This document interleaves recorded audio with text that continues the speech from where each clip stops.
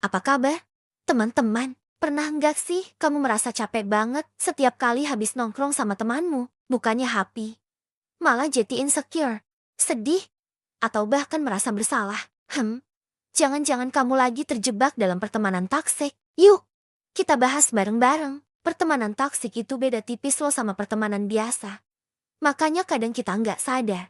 Di video ini, kita akan beda ciri-ciri pertemanan toksik dan bagaimana cara menghindarinya. Yuk simak dengan baik. Ciri pertama, temanmu itu selalu fokus sama dirinya sendiri. Setiap kali ngobrol, dia terus yang cerita. Masalah dia yang paling penting, dan giliran kamu mau curhat, dia langsung ganti topik atau malah main HP. Kamu jadi merasa nggak didengarkan dan nggak penting. Kedua, dia itu jagonya bikin kamu merasa bersalah. Misalnya nih, kamu nggak bisa ikut main karena ada urusan keluarga. Bukannya ngertiin, dia malah bilang, "Ah, kamu mah nggak asik, enggak solid." Padahal, punya prioritas lain itu wajar banget.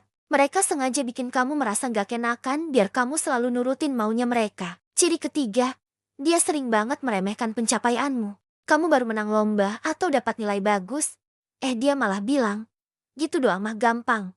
Atau, "Cuma hoki kali." Bukannya ikut senang, dia malah berusaha bikin kamu merasa kecil. Teman yang baik itu seharusnya jadi support system, bukan malah jadi pesaing yang iri. Yang keempat, dan ini yang paling nyebelin, dia itu drama queen atau drama king. Selalu ada aja masalah yang dia besar-besarkan, dan entah kenapa kamu selalu ikut terseret dalam dramanya. Hidupmu yang tadinya tenang jadi penuh konflik nggak jelas gara-gara dia. Energi kamu habis cuma buat ngurusin masalah dia yang nggak ada habisnya. Terakhir, dia nggak menghargai batasanmu. Kamu udah bilang nggak suka diganggu pas lagi belajar. Dia tetap telepon berjam-jam.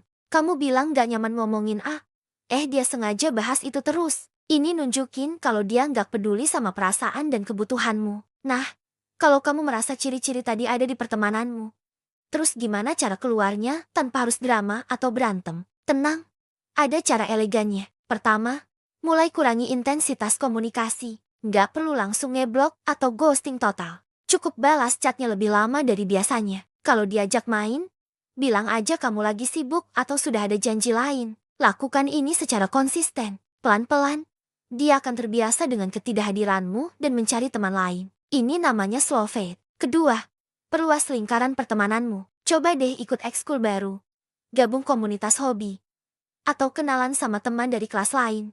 Semakin banyak teman positif yang kamu punya, semakin sedikit waktu dan energi yang tersisa buat teman toksikmu itu. Kamu juga jadi sadar, oh, ternyata pertemanan yang sehat tuh begini ya rasanya. Ketiga, belajar bilang tidak dengan tegas tapi sopan. Ini penting banget buat menetapkan batasan. Kalau diajak melakukan sesuatu yang kamu nggak suka atau nggak bisa, tolak dengan jelas. Nggak perlu kasih alasan panjang lebar. Cukup bilang, "Maaf, aku nggak bisa." Atau, "Makasih tawarannya, tapi aku pas dulu ya." Awalnya mungkin nggak enak, tapi ini demi kesehatan mentalmu. Keempat, fokus pada dirimu sendiri. Gunakan waktu yang biasanya kamu habiskan sama dia untuk melakukan hal-hal yang kamu suka. Kembangkan bakatmu.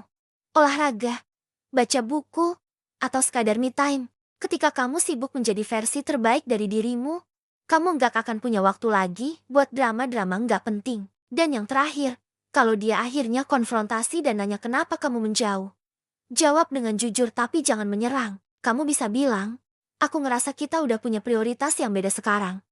Atau, "Aku lagi butuh waktu buat fokus ke diri sendiri." Hindari menyalahkan dia. Fokus aja sama perasaan dan kebutuhanmu. Ingat ya, teman-teman, kamu berhak punya lingkungan pertemanan yang sehat, yang saling mendukung, dan bikin kamu berkembang jadi lebih baik. Melepaskan pertemanan toksik itu bukan berarti kamu jahat, tapi itu adalah bentuk cinta pada dirimu sendiri. Semoga tips ini bermanfaat ya. Jangan lupa untuk selalu jaga kesehatan mentalmu. Terima kasih sudah nonton. Sampai jumpa di video selanjutnya.